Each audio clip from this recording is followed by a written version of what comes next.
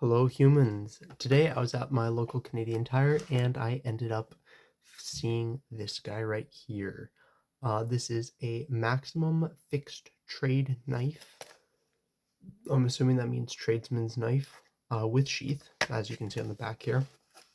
And the big reason this caught my eye, other than looking like a pseudo-tactical Mora, is because this was actually $16. Even after all of BC's applicable bullshit taxes, it was still comfortably under 20 bucks, which makes this a ultra budget knife, which is definitely a category, especially a fixed blade, that I really like taking a look at. So I am quite excited to see what this thing can do. Like I said, I picked this up at Canadian Tire. It's probably available at other tool retailers. I don't know. Maybe is Maximum might be the Canadian Tire in-house brand, but I don't think so. I know I own a couple of their knives. And probably none of their other tools, to be honest. No, that's not true. I have a punch set from them, I think. I don't know. I don't always pay attention to which brand my tools come from unless I like the tool quite a bit. That's different. So it's like a split J hook. Interesting. I guess it'd be useful if you needed like to hook it onto a wall or something like that. But that's, I don't know, not a way I would have done it. Some places you have to separate the cardboard from the plastic, which means that this would be a really, really annoying thing. But honestly, it's not that bad. And where I am, I don't need to. So that's pretty sweet. We have stainless steel and stonewash blade. Stonewashing is pretty nice on a tradesman's knife because stonewashing does help hide scratches quite effectively, so that's pretty sweet. Includes sheath, obviously, lightweight nylon handle. Alright, blades are extremely sharp, we'll see about that. Handle and dispose of with care. Maybe you shouldn't be telling me to throw out your knife in its packaging, but alright, keep out of reach of children. No time limit warranty against defects of workmanship and materials. Yeah, that's about right. Is not guaranteed against wear, breakage, or misuse. Blade carries a 1-year warranty against defect. Wait. So the blade has a 1-year warranty against defects in workmanship and materials, but the product carries a no time limit warranty. That's weird. Made in China, that's not at all surprising. Alright, fairly simple packaging. Let's take a look. Oh, that's stuck on there pretty good. Little tip protector there. At the knife itself. This is light. This is... Yeah, when they say nylon handle for lightweight, they are not kidding. Is it hollow? It almost feels hollow. That's how lightweight this thing is. But honestly, looking side to side, the grind seems pretty good. It's not quite perfect. You can see it here near the tip. One side is a little bit longer than the other. But really and truly, that is not bad at all. Maximum has that X as their logo. Very, very clean aesthetic. The spine is not crisped, but it might still be crisp enough to strike a fire steel off of. I'm not entirely sure. Handle has this kind of horn at the base of it, along with this finger retention. If your finger's big enough to take up this full space, your hand is not going to fit comfortably on this knife. Let me tell you that for free. These do nothing. This little bit of texture, like I'm actually not even noticing this little bit of texturing. It's quite hand-filling. It does swell nicely. I don't know, this feels hollow still. Just super duper weird. I'm not going to cut it apart, I don't think, but the hollowness would be a very, very interesting feature. Yeah. And we have a lanyard loop here at the back. So, ambidextrous sheath, that's kind of nice for right or left-handed carry. Retention seems pretty good. And we do have a drainage hole, which is important. Alright.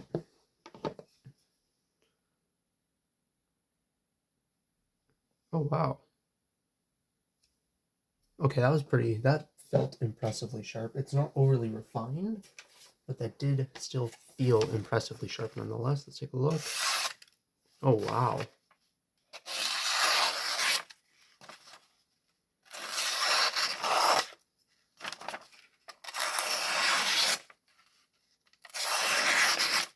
God damn.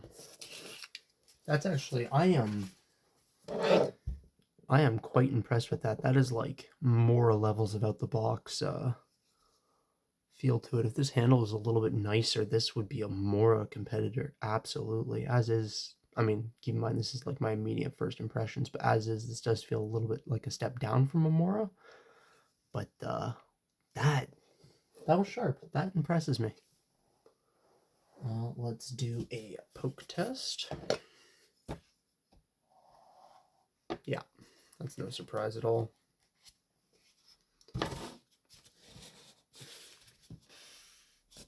Yeah, it's a fairly thin blade. It's got a nice pokey tip. Oh, it does stick in there pretty good. What about... Do I still have rubber? I do still have rubber. Let's just do a rubber cut. See, I can't imagine there's going to be much shouldering here, but there could be a little bit. Something else I just noticed with the grind, if you look at the edge, there's a little bit of a flat section right here that I don't think is supposed to be there. Just a little bit of grind wonkiness. Oh yeah.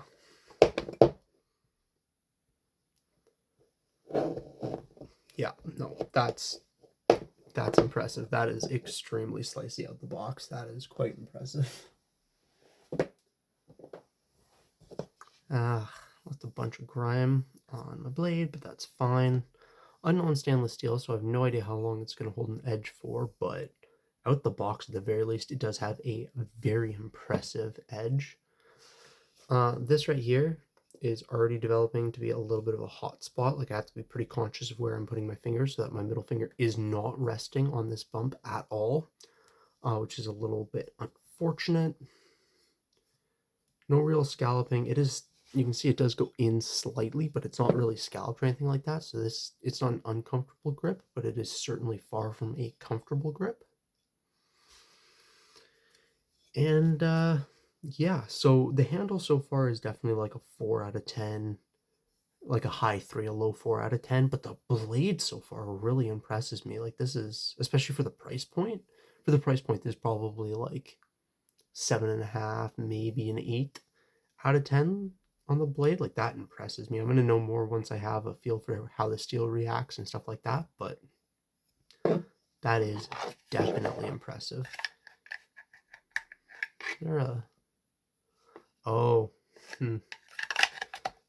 Some of the internal supports just for the way that this is injection molded, which you can definitely see this is an injection molded sheath. Some of the supports, internal supports for that are still in place, which is just places to get caught, which I'm not a huge fan of. But does go in nicely. Retention feels really good, and you do have a good thumb ramp to push off of.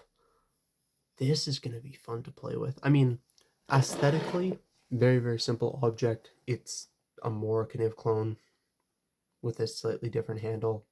That much is fine, but the blade, it does feel fairly decent quality, and the handle, other than that weird hollowness to it, no, actually the handle's pretty rough. Specifically just the ergonomic faults, I think, are the rough part. The weird hollowness is just an interesting quirk. It's not the worst thing in the world, but I don't know. If your hands are big enough to fit this finger space, I don't think that they fit on this comfortably. I feel like your hand would be a little bit cramped, but I could be wrong. Maybe if your fingers were small enough, you could fit like 2 in that space, but that's a pretty small hand. I don't know. I'll have to get some use in with it, but this might be well, I'd be willing to bet this is going to be a problem with time. I don't know for sure yet, but I'd be willing to bet that's going to be a problem with time. Right on. So yeah, I'm going to play with this guy on and off for a couple of weeks, get a better feel for it, do some wood carving, so on and so forth, and I will come back with those opinions now. And we are back. So I'm playing with this guy on and off for a couple of weeks. I have to say, I have some thoughts. So first thing first on the knife itself, it's fairly simple.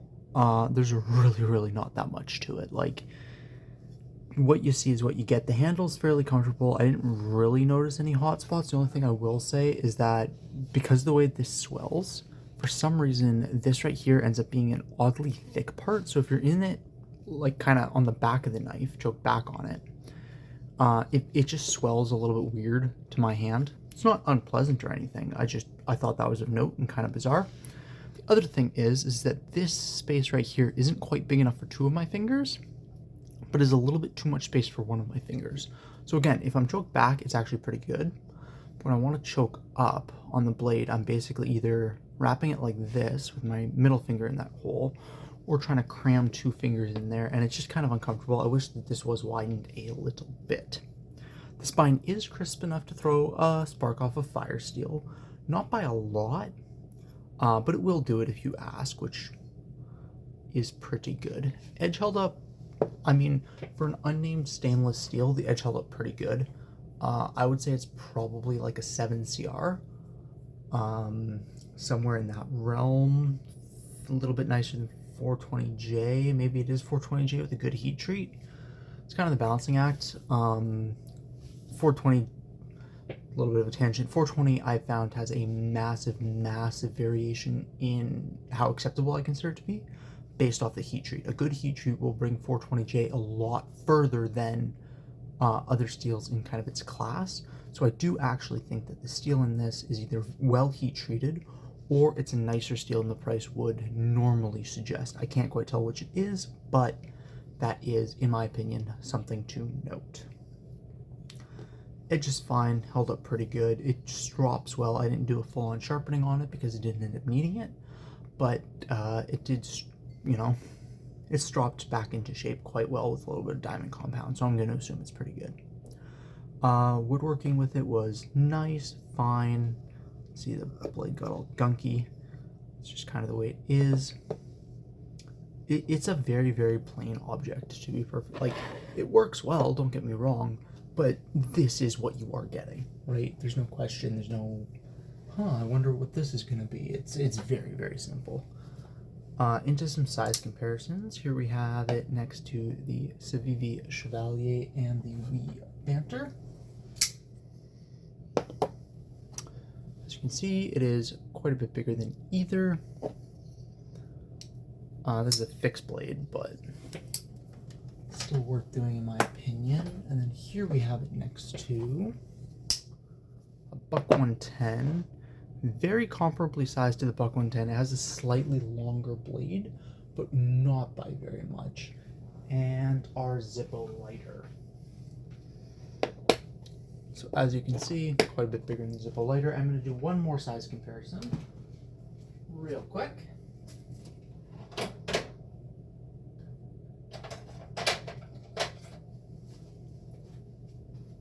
And that is it next to the Morkniv Companion F. Very similar dimensions. Like, extremely similar dimensions. The blade is a little bit thicker on the Companion F, but that's an extremely similar profile. It is ever so slightly longer in the blade, really not by much, but it is technically about 1/8 of an inch longer in the blade, and slightly shorter handle as well. Again, not by much. Overall length, I would probably say, are the same. Thickness, I don't know, I think I'm just going to do handle thickness. I'm still trying to decide how I'm going to handle doing fixed blades, but here it is next to the Morkniv. As you can see, there's more variation in its thickness, but it is a very similar thickness to the Companion F. Size-wise, it's pretty comfortably a medium-sized outdoor fixed blade. No hardware to talk about whatsoever. You are not changing this. You are not taking it apart for cleaning or anything like that. Handle is nylon, which is fine. I mean, I'd like to x-ray it, but I don't have I don't have anything required to do that. I think there's a hollow part to the handle, which does make me question its durability a little bit. I didn't torture test this. Keep that in mind, right? Like I did some whittling, a little bit of wood carving, and then just carried it, used it as my daily knife for a bit. So that's cardboard, tape, some wood stuff, maybe the occasional little bit of wire, quite rarely, twine for the bales of hay and stuff like that. Like this did not live a particularly difficult life by any stretch of the imagination, right? Like I'm not torture testing my stuff because it's not how I use it on a day-to-day basis. All things considered, it performed everything that I needed it to perform fairly well. It wasn't excellent at anything, but for like 16, 17 bucks, it's very difficult to dog on it. So the knife itself is quite, in my opinion, good. I'm going to get into some, I'll do the final dimension before I get into the sheath. Final dimension I want to take a look at is blade stock thickness.